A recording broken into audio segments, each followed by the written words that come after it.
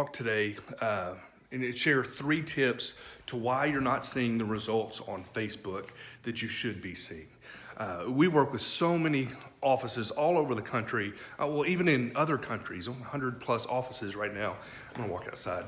And we see this all the time. You know, we're consistently talking to doctors every week that, have had experience with Facebook and it just wasn't a good experience. And so these are some of the common things that we see.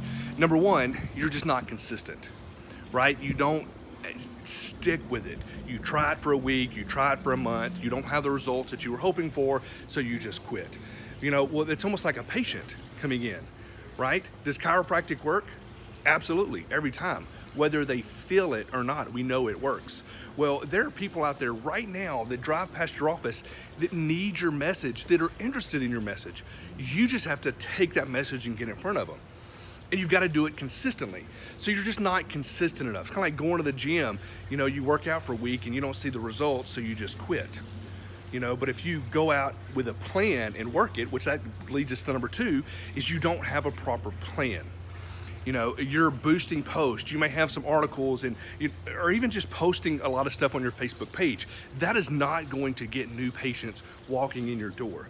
You have to have a plan that has worked for other offices and that will work for you. So you got to be consistent. You have to have a plan. And then number 3, the third thing would be you have to be compliant, right?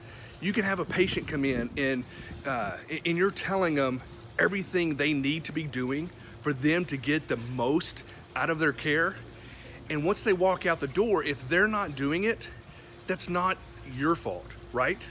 Well, we see this too. We have doctors, a lot of our offices have been with us for several years, but sometimes we'll get somebody and they're with us for a couple of months and they quit. And then sure enough, the things that we asked them to do on their end, they didn't do.